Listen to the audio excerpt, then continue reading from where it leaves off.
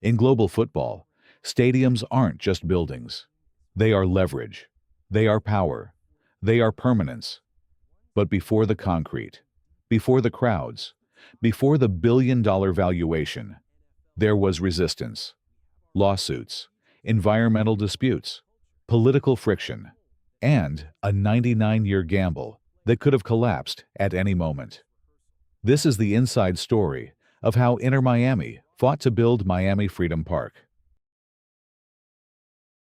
When Inter Miami secured its MLS expansion rights, the blueprint was bold. A privately funded, 25,000-seat stadium anchored within a $1.3 billion mixed-use district. The land? Public property. The Melreese Golf Course. The ambition? Transform it into the largest public park in Miami and a commercial engine for the club. This wasn't just about football. It was about securing a long-term revenue ecosystem. Beckham's involvement added global credibility. But celebrity does not accelerate bureaucracy. The first barrier wasn't engineering. It was politics.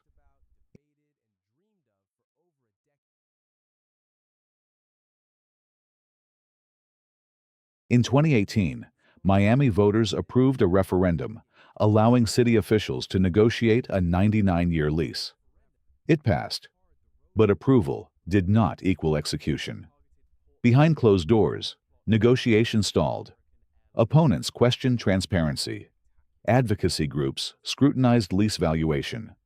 When public land is involved, every procedural step becomes a potential lawsuit trigger. And lawsuits came. Challenges targeting bidding procedures, environmental compliance disputes, demands for additional public review. Each motion slowed progress. Each delay escalated cost. The Melreese site carried historical environmental complications. Decades-old landfill concerns required remediation strategies. Environmental activists intensified scrutiny. Permits were not automatic. They required verification, compliance, and legal insulation. Environmental permitting is often the silent killer of megaprojects. Inter Miami's development team faced a binary outcome: secure clearance or stall indefinitely. Months stretched into years. Meanwhile, the club played matches in Fort Lauderdale at DRV-PNK Stadium, a functional but temporary solution. Temporary stadiums limit revenue ceilings.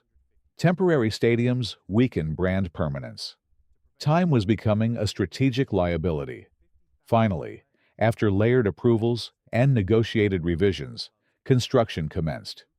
The stadium alone represented approximately $350 million of the total $1.3 billion development. But Freedom Park was engineered as a diversified commercial ecosystem. Retail corridors, corporate office towers, hospitality infrastructure, 58 acres of public parkland. This was not a stadium. This was urban leverage. Ownership wasn't just building a venue.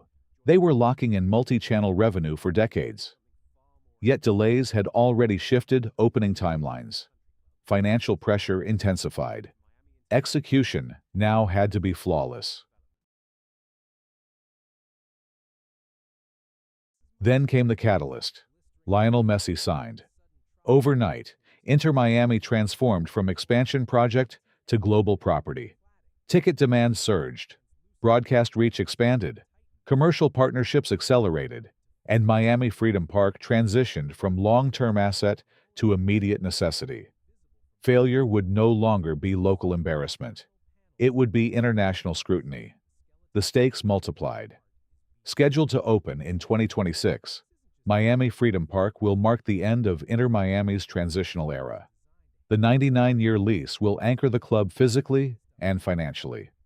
From referendum battles to environmental litigation, the project endured obstacles that dismantle most expansion franchises. This was not linear growth. This was strategic persistence. Stadiums shape franchises. But the real battles are rarely played on grass.